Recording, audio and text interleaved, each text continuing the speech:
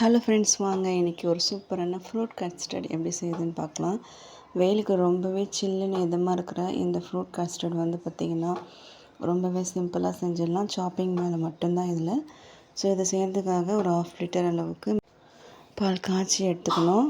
இது கூடவே வந்துட்டு கஸ்டர்ட் பவுடர் வந்து 2 ஸ்பூன் அளவுக்கு கரைச்சிட்டு பால் கூடவே ஆட் பண்ணிக்கணும்.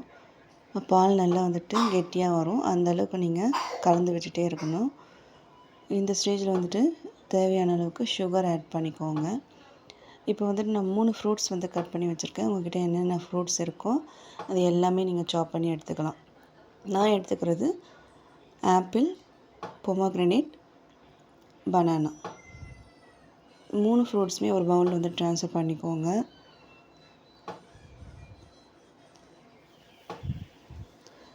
நீங்கள் கிரேப்ஸு அப்புறம் நட்ஸு இது போல் நீங்கள் ட்ரை டேட்ஸ் அந்த மாதிரி எது வேணுமோ ஆட் பண்ணிக்கிட்டு, இன்னும் வந்து ஸ்வீட்க்கு நல்லாவே இருக்கும்.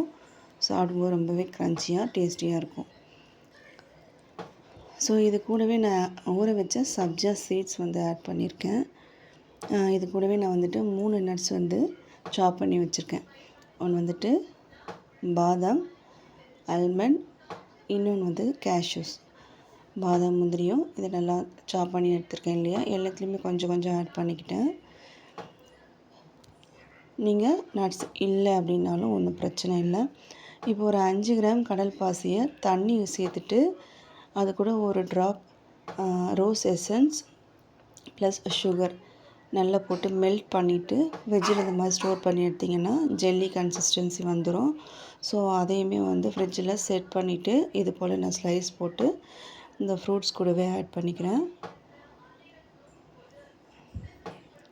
நெக்ஸ்ட்டு வந்து பார்த்திங்கன்னா இது ஜவ்வரிசி நல்லா வேக வச்சு எடுத்துருக்கேன். அதையுமே வந்து இது கூடவே ஆட் பண்ணிக்கிட்டேன் அப்படின்னா சூப்பராக இருக்கும். சாப்பிடும்போது ரொம்பவே டேஸ்டியாக இருக்கும்.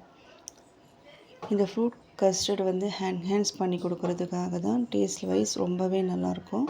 ஸோ நான் சொன்ன இன்க்ரீடியன்ஸ் வந்து எல்லாமே நீங்கள் ஆட் பண்ணிங்க அப்படின்னா சாப்பிடவே ரொம்ப ரிச்சியாக டேஸ்டியாக இருக்கும். கூடவே நம்ம ரெடி பண்ண கஸ்டர்ட் மில்கையும் ஆட் பண்ணிக்கலாம். தேவையான அளவுக்கு ஃபுல்லாக ஆட் பண்ணிவிட்டு ஃப்ரிட்ஜில் வந்து நல்லா ஸ்டோர் பண்ணி எடுத்துக்கோங்க. ஒரு 1 ஹவர் போல் நல்லா செட் பண்ண விட்டுட்டு அப்படின்னா சூப்பராக வந்துட்டு கூல் ஆகிடும். நல்லா கலர்ஃபுல்லாக பார்க்கவே ரொம்பவே டேஸ்டியாகவும் சாப்பிட ரொம்ப ஒரு க்ரீமியாக ரிச்சியாக இருக்கும்.